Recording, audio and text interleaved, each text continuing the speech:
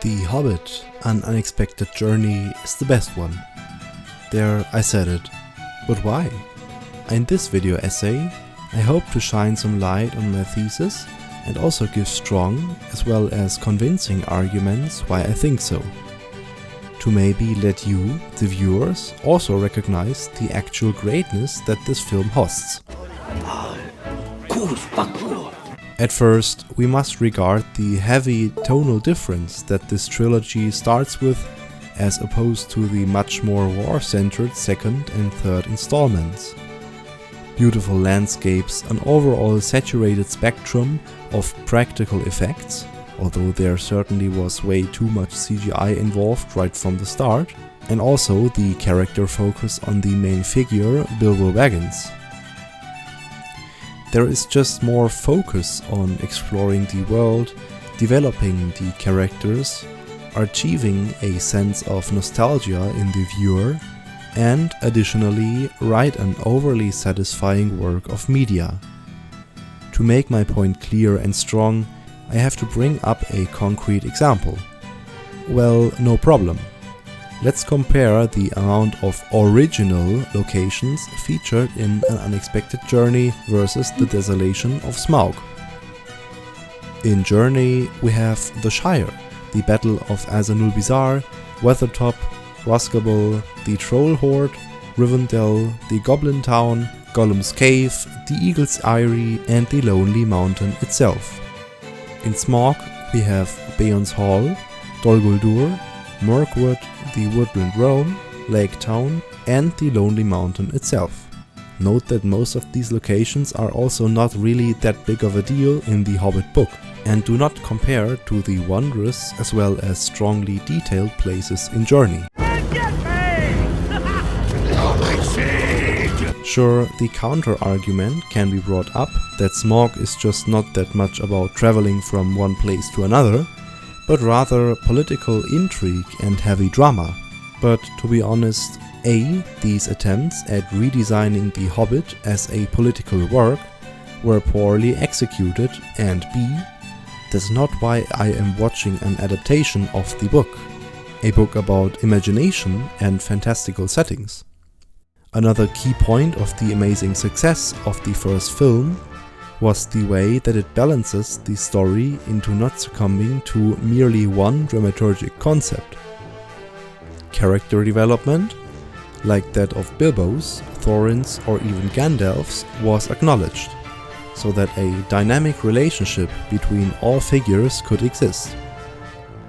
World exploration, like with all the locations we previously discussed, or also the different races, equipment or powers, covered the work with a veil of nostalgia and secured its classification as a world-building masterpiece. Lastly, captivating action sequences also did not come too short either. As hilarious as the easy fight against the goblins actually was, it cannot be denied that the viewer remembers it and talks about it.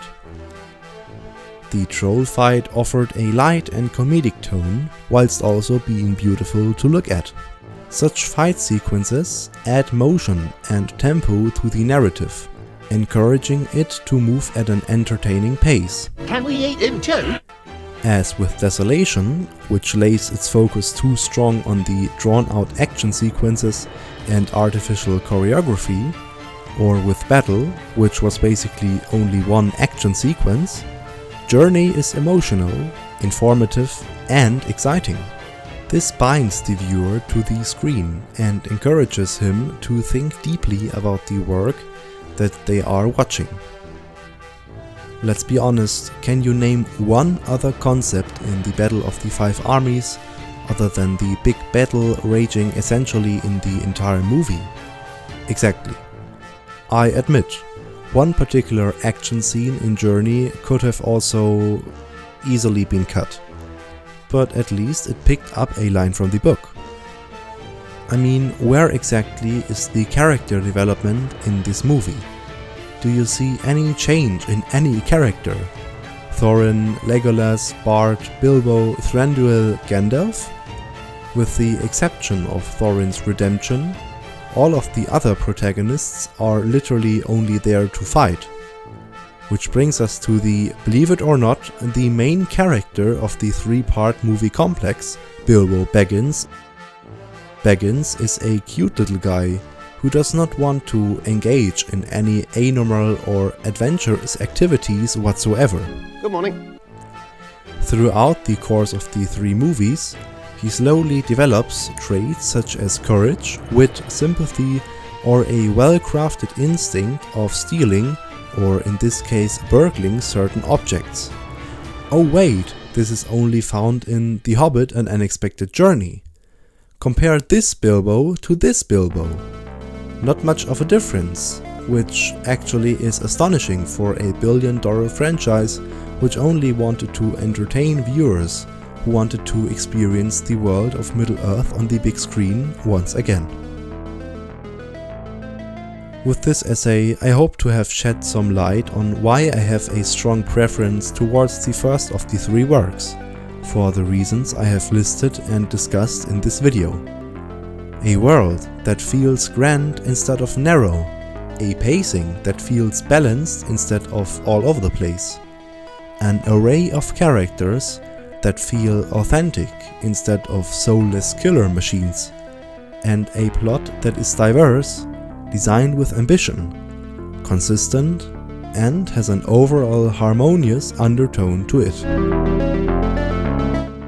Thanks for watching.